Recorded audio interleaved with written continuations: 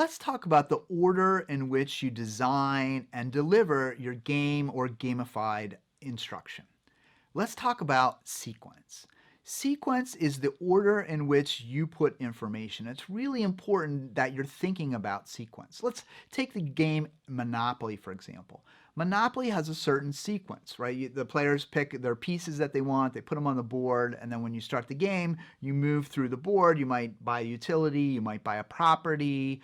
When you pass go, you collect $200. That's a sequence of the gameplay for Monopoly. And it's really important that you think through the sequencing that happens. Now, you can have several different sequencing options. For example, you can go from basic knowledge all the way to advanced knowledge. You might start with something complex and then bring in some feedback to help put the learner on the right track. There can be different types of sequencing, but the really important thing about sequencing is that you're thinking about sequencing. You can't have willy-nilly, the learner's doing some gamified things over here, whatever. You want to have some sense of the sequence the learner's going to go through.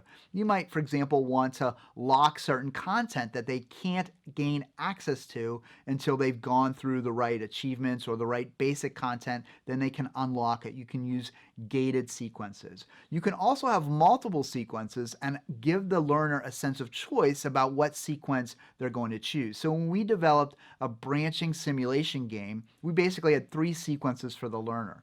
If they answered the right information, they went down one sequence.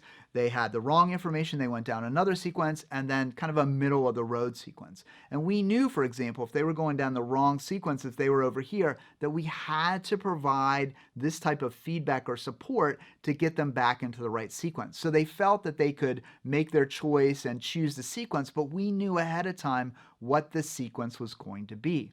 Narrative, for example, can help pull together the sequence, right? So you have certain information and the narrative holds that sequence together. Oh, because of this mystery over here, you've got to do this, and then you discover this clue, and then you go over here and you discover this and you do that. So that's a sequence that you can put together. It's really important that you think about sequence. Now, you have to be a little bit careful about sequence. So for example, you can't be so lockstep that the learner feels that they have no choice at all, right? You have to add maybe a little bit of exploration. But again, you can't be all exploration and no sequence. So you have to balance. And good gamification and good game design is about balancing things like sequence and exploration.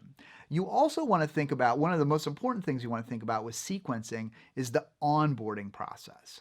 When a learner first is onboarded to a gamification or even a game playing experience, they might be a little nervous, they might not be unsure what to do, and if you don't map out that sequence very carefully, you may alienate the learner because they're confused, they're frustrated, they may not even log back on or try to log back on if they can't get on the first time. So one of the things that we do to help ensure or nail down the sequences, we'll take Post-it notes or sticky notes or whatever that happens to be, and we'll lay out the sequence, especially the onboarding sequence, so we know exactly what the learner is going to do, and then we kind of trial run that to see whether or not they can get that sequence properly. But it's also because we don't want them to be frustrated, right? Because I don't know the sequence, etc. But it's also important to think about not just onboarding, but what about in the middle of the gamified experience? Could the learner get frustrated by something that you do or something that you go off in the wrong direction?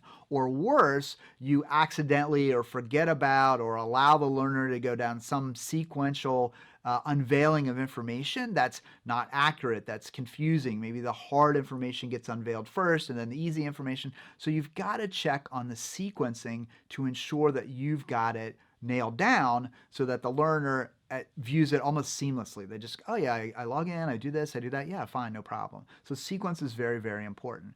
And it's important also when you first start maybe an instructional game or gamification that you have even a tutorial sequence where they go through it. So they kind of play as they go along and figure it out as they go along, and that provides a really good sequence. So it's important to think about sequencing your content. You want to make sure that you understand and are purposeful, and you're not willy-nilly, you're purposeful about the sequence of learning that the learner goes through in the gamified or game-based environment.